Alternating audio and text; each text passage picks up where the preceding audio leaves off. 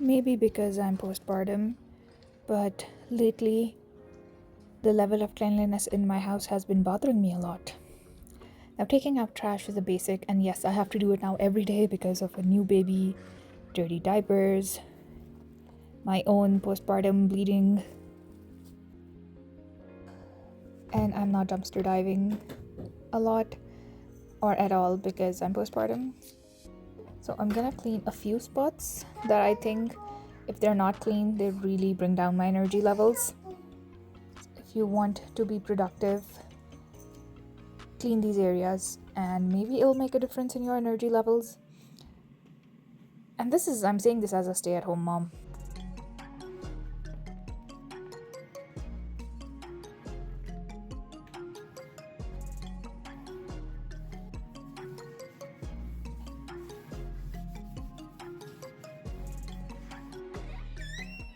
So the first area is the entrance of the house. If you're coming from outside or you're going outside and you see it's cluttered, it's dirty, it's gonna really make you sad and miserable, and then you're not gonna go about doing your daily chores in the house because at the back of your head you would want to clean it, and your inability to do so would impede you from doing anything else. So one of it is like just dusting the shelves entirely.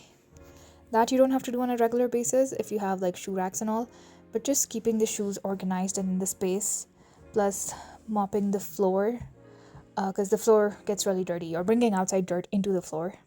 And I do have a rule that we must take our shoes off at the entrance, otherwise the whole house gets dirty. So yeah, so just imagine like this area is gonna get dirty. But I have made a rule to clean it once a week at least, and it helps. See, if it's organized and clean, I feel nice entering and exiting my house.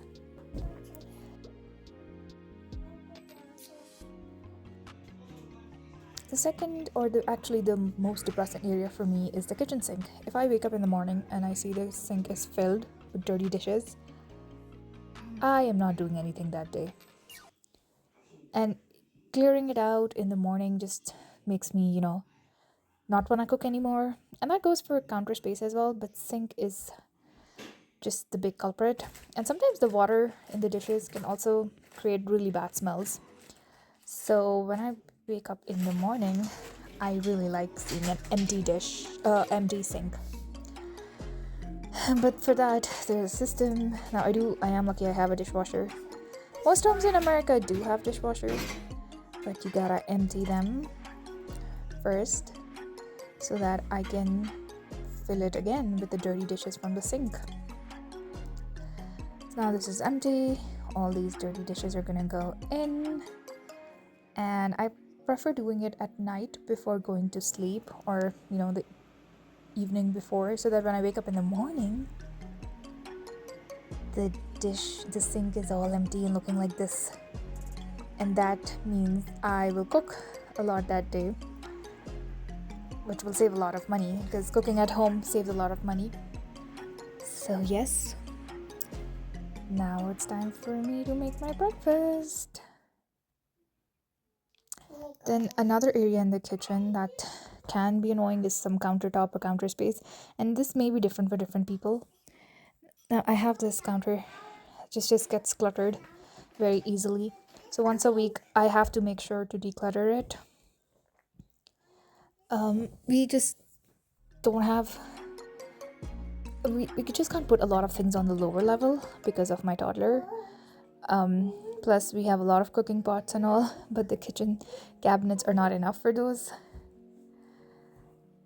And to be fair, it's also neglect that makes this counter really cluttered, or our laziness. We just put everything on the counter, but it takes like 15 minutes to clear it.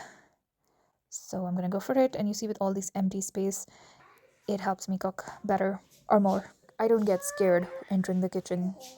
That this is much cleaner. I would ideally like not to have even those things, but I can't use those shelves on the base because of safety reasons with my toddler. So that one being cluttered doesn't bother me or affect my productivity, but this counter does. So there it is. Much better now. Another area is the soap dish. Now, a lot of people do use liquid soaps. I just don't like them. I do use a soap bar, but that means the soap dish actually gets the soap scum. I think that's what it's called. But it's an easy and quick cleaning, and this is something you do probably bi weekly. Just use an old toothbrush, clean it all out, and put your soaps in it.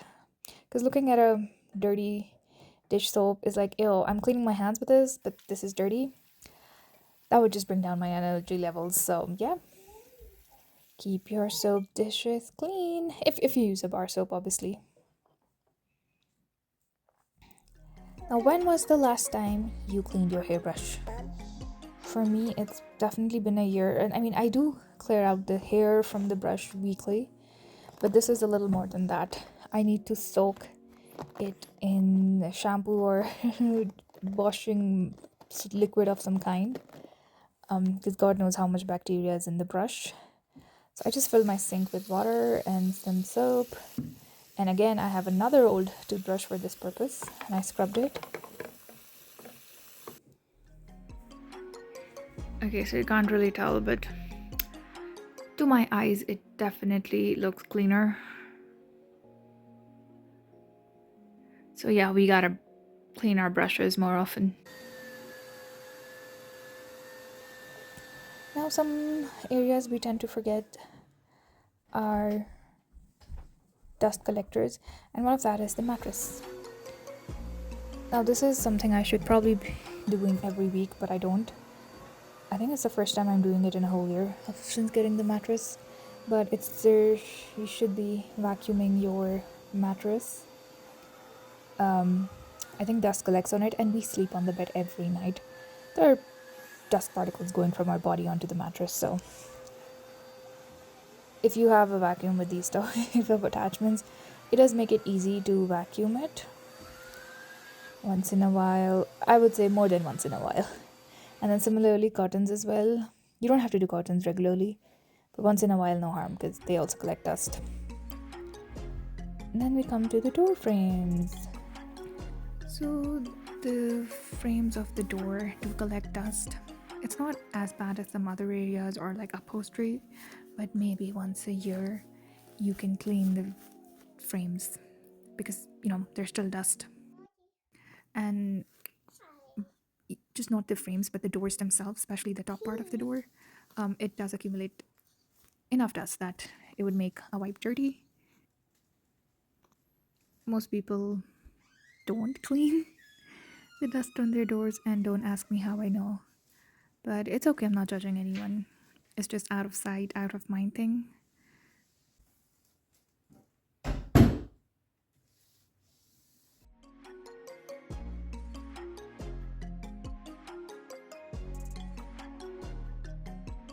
And similarly, the closet door in our rooms can get dirty. So I'm wiping it, and I don't know if you can see the difference, but there's a lot of dust on the door. And when I'm wiping, there's a difference in the shade. So dust the doors. Then another important thing to clean is the trash can or the trash cans. They, even if you're using a bin liner, the plastic in the liner can sometimes get the trash and it has a nasty smell in it. Definitely controls the odors. So I don't have a video of cleaning the trash can. Then another area that I feel like is a big dust collector is the cat tower. Obviously, the material plus the cats themselves shedding a lot of hair. It's just a perfect growth area for dust. So use vacuum to, remove the dust. You don't have to do it every week, but I feel like every other week isn't a bad idea. Or at least once a month. I do it once a month. I probably should do it more. I am not going to record. So, a lot of people assume that just because I'm doing dumpster diving, I'm a dirty person and my house is dirty, and that's not the case. We all have access to water and soap and cleaning supplies, so we clean ourselves and we clean our house. But yeah, these were some of the tips for cleaning your house to make you more productive in the house. But the house will always get messy if you have little kids, but try to keep it dirt free. There's a little bit of difference between messy and dirty. Take care. Till next video. Bye bye.